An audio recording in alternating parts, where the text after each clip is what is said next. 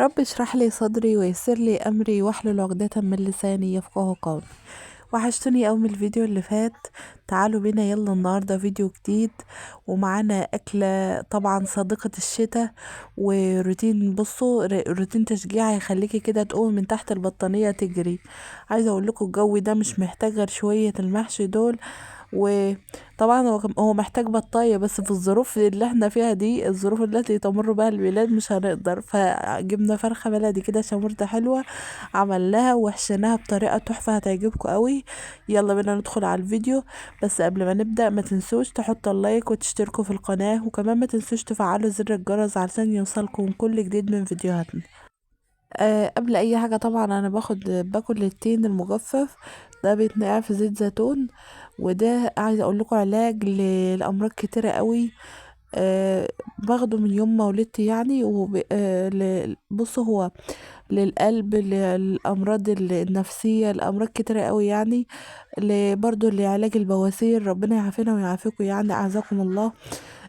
هو علاج جميل قوي، و آه، ربنا اقسم بيه والتين والزيتون. فالدكتور يعني قال لي عليه بعد الولاده، قال ان انا اخده كده، اللي هو تين مجفف بيتنقع بالليل، من بالليل في زيت زيتون. المهم، بدأت يومي بقى هنا. كنت جايبة شوية فاكهة، فابتديت ان انا اغسلهم كده زي ما انتم شايفين.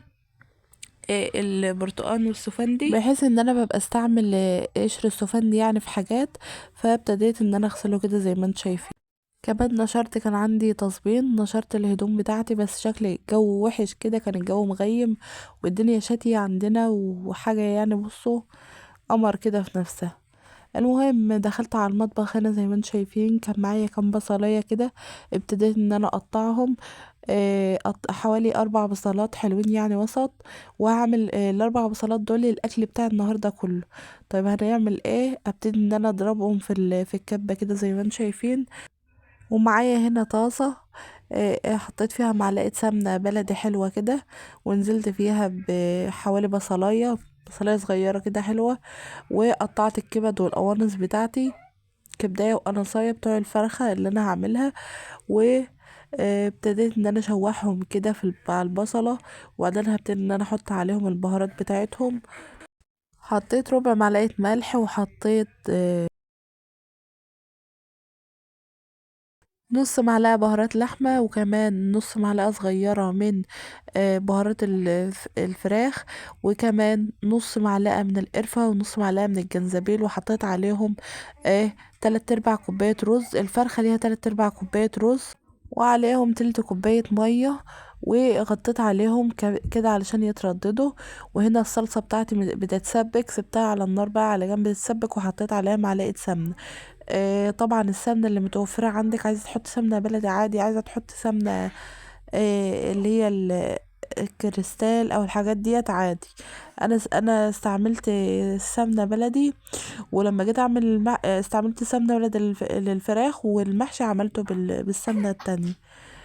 جبت كمان شوية من البصل كده، وحطيت عليهم شوية ملح وفلفل اسود وكمون. وعملتها زي مرتة كده. دي هعملها خلطة المحشي القمر. هتشوفوا مع بعض هيبقى قمر ازاي. وعايزة اقول لكم كان طعمه يجنن يا ولاد. طبعا ملح وفلفل وكمون وكزبرة ناشفة، ورشة من بهارات اللحمة، وزي ما انت حابة بقى. وجبت الخضرة كده، طبعا الخضرة ده انا مفرزاها عندي في الفريزر. وغسلت حوالي 4 كوبايات من الرز، وحطيتهم زي ما انتوا شايفين كده. وحطيت الخضرة بتاعتي وقلبت كله ني في ني، واستنيت على الصلصة لحد ما اتسبكت معايا. الصلصة مفيش عليها اي اضافات غير رشة سكر او نص معلقة سكر علشان ما تعمليش حموضة. وحطيت هنا اهوت الملح بتاعي، وابتديت ان انا اضيف عليها الصلصة بتاعتنا. المهم ضفت الصلصة زي ما انتم شايفين كده. قلبنا بقى المحشي في بعضه علشان ياخد ويدي كده من بعضه. وكنت نسيت ان انا احط التوم بتاعي، قطعت حوالي 4 فصوص من التوم كده. طبعا لو انت حابه تفرميهم تفرميهم مع البصل مفيش اي مشكله، فرميهم. وهحط المحشي بقى يتشرب من بعضه كده. وكانت هنا طفيت على الحشو بتاع الفرخه، وسبته على جنب لحد ما برد معايا. تعالوا بقى نحشي الفرخه هنا اهي. شايفين الحشو بتاعها كان ريحته تحفه. معايا الفرخة دي مغسولة زي الفل، فرخة بلدي. تحسوا ان الرجل التانية ديت كده يا ولاد لونها متغير. انا لما كنت حطاها في الطبق كان الطبق صغير لما كنت نقعاها يعني، فبيتها في التلاجة ليلة، فهي عشان كده لونها اتغير يعني، انما هي مش فيها حاجة ولا كده. زي ما انتوا شايفين مغسولة طبعا بالليمون والجنزبيل والملح، يعني حاجة قمر كده نضيفة وزي الفل. حشيت بقى كده وبس، ما تمليش الفرخة قوي. كان نفسي احشيها تحت الجلد، بس لو كان تحت الجلد بتاعي، لو كان تحت الجلد مقفول كويس زي ما انتم شايفين كده، هي مش مقطوعه كويس يعني. فهنا انا كنت في الوقت دوت كنت بدور على خيط يا ولاد. انا بقى طبعا هنعمل فراخ، نبقى نعملها بقى مظبوطه يا اما ما نعملها. هنا جبت خلة اسنان، ابتديت ان انا اقفلها كده من تحت اهوت زي ما انتم شايفين. وجبت خلة برضو، خلة الشيش طاووق ديت قفلت بواحدة برضو من فوق، الرقبة بتاعتها، بحيث ان الحشو بتاعها ما يخرجش وانا احطها في المية. وفي الوقت ده كانت المية على النار بتغلي، وكمان الرجلين بتاعتها ابتديت ان انا اربطها بحتة خيط كده زي ما انتم شايفين اهي. والمية ديت حطيت فيها بقى الحوايج اللي موجودة عندي، وحطيت اخر شوية بصل موجودين معايا، وحطيت كمان واحدة طماطم وواحدتين من الجزر كده زي ما انتم شايفين. وحطيت البهارات بتاعتي، ملح وفلفل اسود وكمون، وكمان ورق لورا وحبهان. كمان حطيت واحد فص توم واحد بس في الشوربة، بيديلها طعم تحفة يا ولاد. زي ما انتم شايفين بقى هنا حطيتها هي، طبعا مش عايزه تظبط نفسها خالص، زودت ميه بقى وظبطتها. وده كان ورك فرخه، كان موجود معايا يعني، حبيت ان انا ازود بحيث لو اتبقى حاجه لتاني يوم، لان انا مزوده في الاكل معايا. لو اتبقى حاجه من الفرخه تسند بقى على قطعه الفراخ اللي باقيه دي اللي انا حطيتها معاها. وتعالوا بقى هنا هنعمل مع بعض ورق عنب، محشي ورق عنب. البرطمان ده عندي بقاله شويه حلوين قوي، عمال يروح ويجي كده، وعايزه اعمله. وبصوا اول لما قدرت كده وربنا عني وقمت، قلت لازم أنا اعمله النهارده.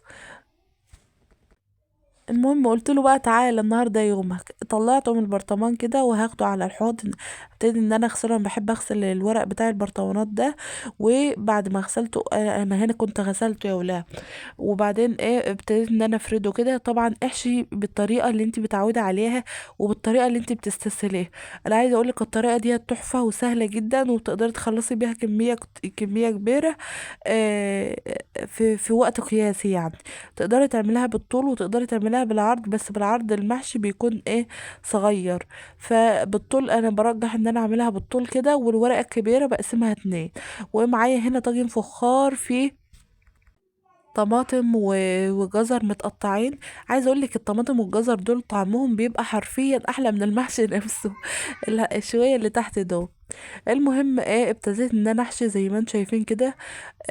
طبعا المحشي بقى عايز له قعده. اخدت المحشي وقعدت انا وهنا اهو عمالين بنتخانق. هي تقول لي انا عايزه اخد يا ماما من المحشي بتاعك وعايزه احشي معاكي، بس هي مش عارفه تحشيه. شايفين الصبع اللي هناك ده؟ هي اللي كانت حاشياه. المهم بقى خلصت الكميه كلها كده زي ما انتم شايفين. خلصت المحشي كده طبعا انا كنت حابه ان انا اعمله في حله، بس قلت لا، انا هعمله في الطاجن الفخار بيديله طعم حلو، وكمان بيحتفظ بدرجه الحراره، بحيث ان انا لما اطبخه يفضل محتفظ بدرجه الحراره شويه. وطبعا الفراخ سبتها على النار، اخدت معايا حوالي نص ساعة، وكنت بقلبها من الناحية دي للناحية دي. بصوا من نص ساعة لتلات ارباع ساعة. الفرخة دي كانت حوالي كيلو 700 جرام. كانت واخدة معايا حوالي داخلة على تلات ارباع ساعة كده، من نص ساعة لتلات ارباع ساعة. تمام. اظبطي ساعتك بقى وظبطي نفسك. المهم هنا برضو كنت حطيت المحشي الورق العنب على النار، وكان عندي ورقتين كده كملت بيهم الطاجن، سبحان الله كانوا قدها بالظبط. وحطيت طبق يعني بيستحمل درجة الحرارة، حطيته كده زي ما انتم شايفين اهو. والشوربة بتاعتي سقيت منها المحشي، ودول اللي اتبقوا معايا. تاني يوم بقى هنبقى نعمل ان شاء الله، طبعا مش هناكل الطاجنين في يوم واحد. تاني يوم هنعمل لسان عصفور مثلا، ولو اتبقى مثلا فراخ او كده هنعملها. طبعا بعد المعركة دي وبعد اليوم الطويل ده لازم شايفين كمية المواعين يا ولاد عاملة ازاي. حاجة بصوا يعني ربنا يعيننا بجد ويقوينا. جو البرد ده احنا عايزين نقعد تحت البطانية طول النهار، بس يعني مش هتفضلي بقى قاعدة وتسيبي المطبخ بقى يضرب يقلب. شايفين كمية المواعين قد ايه؟ انا لميت الدنيا كده ولميت المطبخ وانا بعمل. احلى حاجة انا بخلص الاكل، والاكل على النار كده قبل ما تقعدي تكوني مخلصة المواعين بتاعتك ومروقة المطبخ. ولو فيه مثلا فرشة خرجتيها في الشمس او كده ترجعيها. لو انا بعمل كده بخرج السجادة مثلا في الشمس لحد ما اخلص اقوم ارجعها تاني يعني. مش عارفة أنا متلخبطة ليه وانا بتكلم معاكم. بصوا كانت كمية مواعين ما شاء الله، يعني حاجة محترمة كده. وكمان ايه، ببص لقيت صابون المواعين خلص معايا. بس ما كانش حد هنا يعني يجيب لي، فغسلت طلعت صابونة، اللي عارفين الصابون الأسمر. كان جميل قوي في استعماله يا ولاد، وبينضف بجد المواعين. طلعتها استعملتها لحد ما ايه ما جبت. غسلت بقى الكوبايات والصحون كده زي ما انتم شايفين. انا عايزه اقول لكم على حاجه، طول ما انت واقفه على الحوض كده او طول ما انت واقفه في المطبخ وحاسه ان في حاجه صعبه بتعمليها، يعني زي ما انتم شايفين كميه المواعين كانت قد ايه. والله يا ولاد تقفوا كده تصلوا على النبي وتستغفروا طول ما انتوا واقفين. عايزه اقول لكم الموضوع ده بجد بيفرق جامد. جربيها كده يوم يكون عندك شغل كتير وحاجات كتير، اقعدي سبحي واستغفري وصلي على النبي عليه الصلاه والسلام، وهتلاقي كل العقد والحاجات الصعبه اللي انت فيها بتتفك، وكل حاجه صعبه بتتحل معاكي بسهولة. قولي يا رب مثلا انت، احنا كلنا طبعا عندنا ازمات في حياتنا، وكلنا اللي ما عندهاش مثلا مشكلة او ابتلاء في ولادها، عندها طفل لا قدر الله تعبان، عندها مثلا ماديا، كلنا بقينا بنمر بظروف صعبة مادية صعبة. آه عايزاك حطي الموضوع في دماغك، وحطي ان وانت واقفه كده قولي يا رب انا بستغفر بنيه تفريج الهم كذا كذا. يا رب انت هتفرج لي همي كذا، انا بس انا بعمل علشان انت تفرج لي همي، عشان تفك ازماتي، علشان ادعي وتوسلي لربنا. يعني بصي، انا عايزه اقول لك مفيش حد في الدنيا هيكون احن عليك من ربنا. يعني ربنا احن على البني ادم من الام نفسها، من الام اللي حملت وخلفت بصوا يعني ربنا بقى ده ما يجيش حنان الام، ده ما يجيش في رحمه ربنا 1% من حنان الام عليكي. تمام. فانتي بصي، ارجعي لربنا والجئي لربنا. والله ربنا عمره ما كسر بخاطر حد. قربي من ربنا والجئي له، وهو بجد مش هيسيبك وربنا مش بيسيب حد استعان بيه. وهتشوفي ربنا هيجبر بخاطرك ازاي. جبر ربنا حلو قوي يا ولاد. لو ربنا جبر بخاطر حد هتشوفي سعادة عمرك ما شفتها في حياتك. ده انت لو بني ادم في الدنيا اعطاكي حاجة، لو حتى لو حاجة بسيطة، بتبقي مبسوطة قوي وطايرة من الفرح. بالك بقى بعطية رب الخلق، بعطية ربنا سبحانه وتعالى هتكون عامله ازاي. وعايزه اقولك كمان مفيش مستحيل. في ناس تقعد تقولك مستحيل، لا مستحيل ان انت مستحيل ان انت توصلي. انا عايزه اقول لكم انا بصراحه يعني آه، في ناس كتير حواليك لو انت عندك حلم هيهدوك وهيهدموك، هيقولك مستحيل توصلي، ومستحيل ان انت توصلي اللي انت عايزاه. بس عايزه اقول لك ربنا امل. طول ما انت عندك امل في ربنا اعملي واسعي، وربنا ان شاء الله مش هيسيبك. ربنا بيوصلك هيديلك اكتر من اللي انت بتتمنيه. كل اللي حلموا وكل اللي طلبوا من ربنا، ربنا ما قصرش معاهم في حاجه، وربنا ما تاخرش معاهم في حاجه. هنا كان ورق العنب خلص اهوت زي ما انتم شايفين، وبرده الطاجن التاني كان خلص، والفراخ كمان دخلتها الفرن اخدت لون اهي. يعني بصوا ما حطيتش عليها اي حاجه، ممكن تحط معلقه زيت او تحط سمنه وبس. دخلتها اخدت لون في الفرن زي ما انتم شايفين كده. كمان الطاجن بتاعي كان خلص برضو التاني اهو. طاجن المحشي التاني طبعا ده بتاع تاني يوم هسيبه بقى. زي ما قلت لكم ببقى عامله الاكل بزياده، لان انا مش بقدر اقف اليومين دولت، يعني لحد ما ما ربنا يقومني بالسلامه كده وعد الفتره الصعبه ديت على خير. هنستعيد طاقتنا تاني يا ولاد، وهنعمل كل حاجة. هعمل معاكم كل حاجة انتوا عايزينها، وهعمل معاكم كل اللي كنتوا بتحبوه. ومروة هترجع لكم تاني بإذن الله، هرجع لكم أحسن من الأول. وطبعا زي ما انتوا شايفين الرخامات نظيفة ازاي، والحوض بتاعي مواعيني مغسولة. بكده بقى أقدر أقعد بقى بقلب جامد يا ولاد. وكمان خلصت اهو، ابتديت بقى ان انا اجهز الاكل. بس عايزه اقول لكم كميه المواعين ديت اخدت مني وقت محترم. يعني خلصت الميه السخنه ودخلت على الميه الساقعه. يلا اتشجعي بقى وقومي اعملي لولادك اكله حلوه كده بكره ان شاء الله. ربنا يعينك ويقويك يا رب، ويقوينا كلنا على كل حمولنا. وكمان انا عايزه اقولك الاكله دي تقدري تعمليها اول يوم رمضان ان شاء الله نعيشنا. محدش هيقدر يشتري بط ولا حاجه، الفراخ البلدي او فرخه، لو فراخ بيضة عاديه او لو محشي بس يا ولاد، والله العظيم نعمه وفضل من عند ربنا سبحانه وتعالى. كل اللي موجود حلو، كل ما جايب ربنا حلو. بألف هنا وشفا، وربنا يا رب يطعم كل جائع على وجه الأرض يا رب، ويدي لكل حد كل حاجة هو بيتمناها. لو وصلتوا للجزء ده بقى من الفيديو، ما تنسوش تحطوا اللايك وتشتركوا في القناة، وكمان ما تنسوش تفعلوا زر الجرس علشان يوصلكم كل جديد من فيديوهاتنا.